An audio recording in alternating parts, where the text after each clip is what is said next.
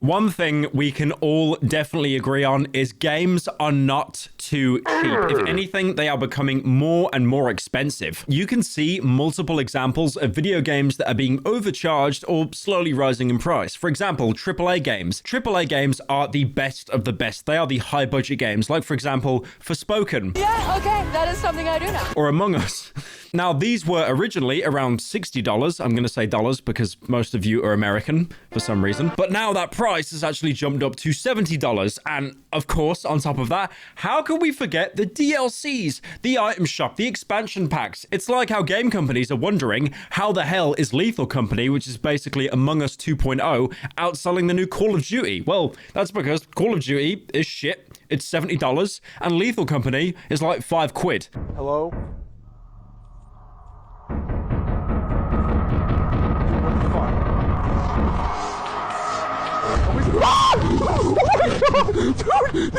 That game is 100% made by a furry, by the way. I will find out. What the literally made by a furry. I'm looking at their Twitter. Of course. I knew it. Like you have a game with a bunch of people in like spacesuits and you can't see their face. Of course it was made by a furry. But you know what isn't too expensive? This plushie right here that you can actually buy right now from the Parasitical store. We're actually shutting the shop in a couple of days. So if you don't get one, we're going to basically burn the rest of them. They'll be incinerated and you will never see it again. I mean, honestly, it's the best of both worlds. You can stick it in your room somewhere. And if you don't like me, you can just pretend like you're choking it out or maybe blow its brains out. Now, obviously, the insane price of AAA games is why, you know, indie games or, you know, AA games instead of AAA games are becoming more popular. I mean, some good examples of games that came out semi-recently and they weren't AAA is, for example, RoboCop. That is a game that, you know, I've noticed on the camera, like, why is the camera focused? Why does it think that's a face over me? Look at that. Look, I'm blurred. The camera thinks that this is more of a human-like face than me. What does that mean? I gotta take the cap off. There we go. Okay. All right. I'm priority now. I'm the star of the show. Me.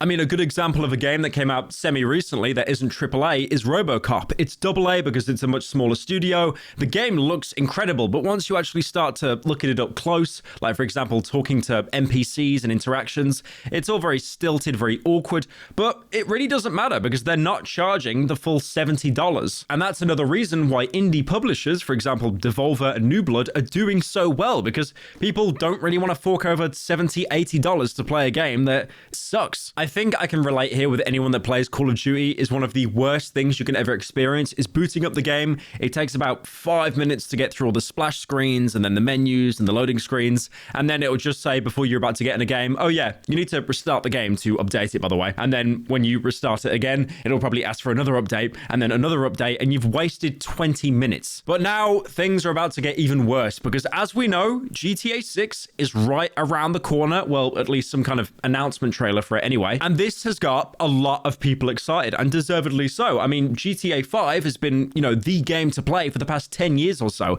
It's definitely died down now, but when it came out, there was a huge buzz about it. And even now, it still has a pretty strong role-playing community. Oh shit, he's right there. You guys turn the music down?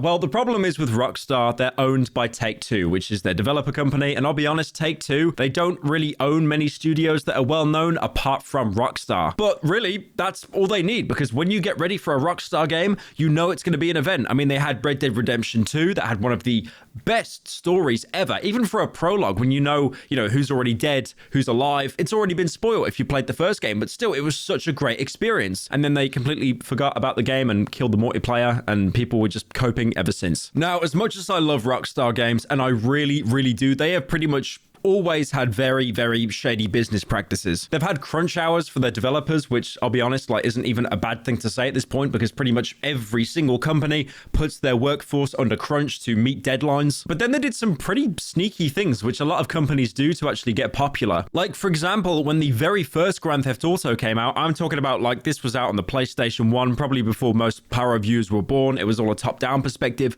What they actually did was pay people to write negative reviews about the game. game. And they stirred up all that controversy to create a Streisand effect. Oh no, my kids can't play that game. It's too violent. There's too much swearing. But then obviously the kids' interest would be picked up even more and more. And that's one of the reasons why even today it is one of the best, most sold games to ever exist. I mean, this kind of fake marketing does happen in other industries as well. I mean, you know, Red Bull, the energy drink, like no matter what country you're in, usually you go to a fridge in a supermarket or convenience store, you will see a can of Red Bull. And one of the reasons why it's so popular, like before sponsoring basically every sports event in the world, they had some pretty crafty marketing techniques. Like, for example, they would get thousands of cans from a factory and basically fill up all the bins on the streets with empty Red Bull cans, you know, giving the impression that this drink is really popular. Everyone's drinking it. You know, when you go to put like a cup or something in the rubbish, you'd probably peer in for a second and see all those Red Bull cans and think, what is this drink that everyone's drinking? It is really sneaky marketing, but it works. Now, in probably one of the greediest out-of-touch moves Take-Two has ever had, they have came forward and said that GTA 6 should be paid for,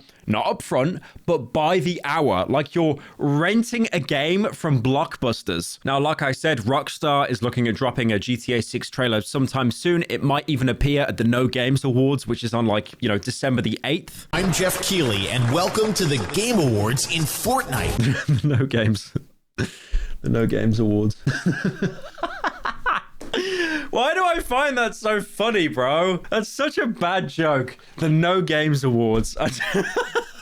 The No Game...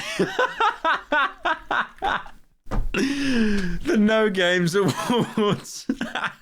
Oh, it's such a shitty bit. I don't know why I find that so funny. The No Games Awards. That's like the only funny joke ever. The No Games Awards is just, there's no games. There's no games. Now, I have no idea what kind of delusional out-of-touch marketing strategy they're going to have for this, because to be fair, Blockbusters did die out like, you know, over a decade ago. And also what they might do, which is a little bit worrying because the game's AAA, they might actually charge, you know, the 70 quid, the $80. And then on top of that as well, they're going to charge you like every hour. Could you imagine you boot up GTA 6 and you get like a starter pack appear on screen like you're playing Clash of Clans? Could you imagine if there was like an energy bar at the top of the screen and when it runs out, you need to pay more money to like refill the energy to play the game more? Okay, I am doing a bit, by the way. This definitely won't happen because we're not at that level of like dystopian capitalism just yet, but we're probably pretty close. Now, the CEO of Take-Two, Strauss Zelnick, which is like the most evil supervillain name imaginable, he basically said as a cope for this, the reason why he would charge more and charge by the hour is because games get more expensive to make the longer they are. I mean, I'm gonna be honest, they're gonna make millions, maybe even like $1 billion or so off the new GTA. Like, I'm not even talking about sales, because you know for a fact they're going to have some online component, they're going to have the shark cards, and all the kids are going to get mummy's credit card and boost that card into heaven just to get ahead of the rest. You know, there'll be some like exclusive weapon or something like that, and people will buy that. I'm actually really interested to see how they're going to migrate the GTA 5 player base over to GTA 6. I definitely think there'll be a way to transfer progress, or there'll be some kind of reward for playing GTA 5, because as we've seen, transferring a player base from an old but very dedicated game onto a new one doesn't always go very well. Like, for example, Payday 3. That had easily the worst launch of a video game I've ever seen in my life. Only recently, Payday 3 have actually released an update where like there's first person animations, like where you know, grab a bag or you press a button. We waited like half a year for that to push a fucking button. Now, the funny thing is about Strauss, the CEO of Take-Two, he never actually directly names GTA 6. He just says, you know, like Rockstar Games. I'm going to be honest, bro. I'm pretty sure he's on about GTA 6, but he doesn't want to admit it because he knows a bunch of YouTubers like me are going to make videos crying about it. I mean, what else, bro? What else are you going to charge by the hour for? Rockstar table tennis? Also, if you think I was saying Rockstar table tennis is like a funny throwaway gag, I was absolutely not. That is an actual game that Rockstar released and Take-Two published. Bro, that must have came out 2006.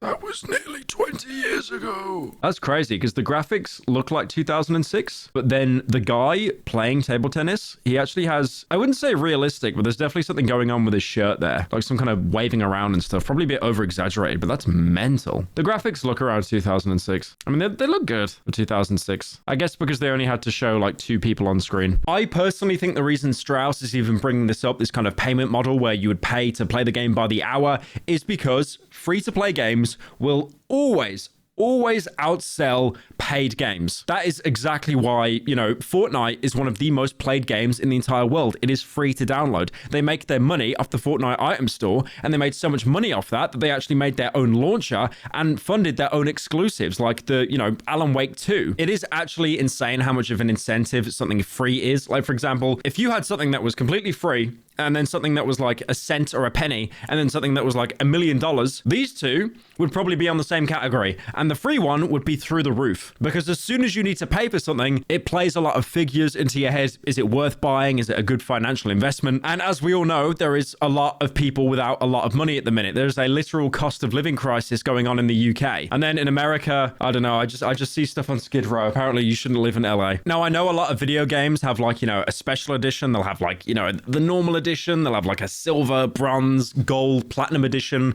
And then you'll get like a funny item, some skin for a gun, maybe access to the game a little bit earlier when it was completely broken. Again, yes, I am referencing Payday 3 because I paid 80 quid to basically get the game when it didn't even fucking work. But basically the entire bit I'm leading to right now is, could you imagine with GTA 6 if they've got like, you know, a 30 FPS edition and then a 60 FPS edition. Oh, actually, if you pay more money for the GTA 6 special edition, you get controller support, and the controller actually rumbles and vibrates. I'll be honest, this really does seem to come from a place of bitterness as well, because it's like, if you have a multiplayer game, it will be a constant revenue stream. You know, you'll have the item shop, Warzone has that, Call of Duty, again, Fortnite. There's always something that will change every 24 hours, so, you know, you can just go ahead and like buy something, make your character look cool. It's like, for example, in Call of Duty, I logged on just to buy the Homelander skin and then never played the fucking game again, because I know once it's out of rotation, that feeling of FOMO will kick in. So I basically donated money to Activision. That is how bad the system is. But I feel that Take-Two are being quite bitter here because they know that the single player,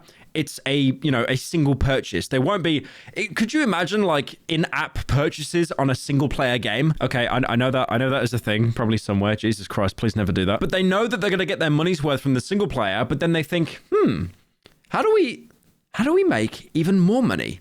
We need more money. Forget everyone buying shark cards on GTA Online. Why don't we charge people by the hour? I don't know, it just seems greedy. I mean, looking at their financial quarter, they had a really good quarter. It's not like they're in the red or anything. But yeah, that's my 2 cents on the situation. My 2 cents, Take-Two, get it? Oh, it's so funny! Laugh now!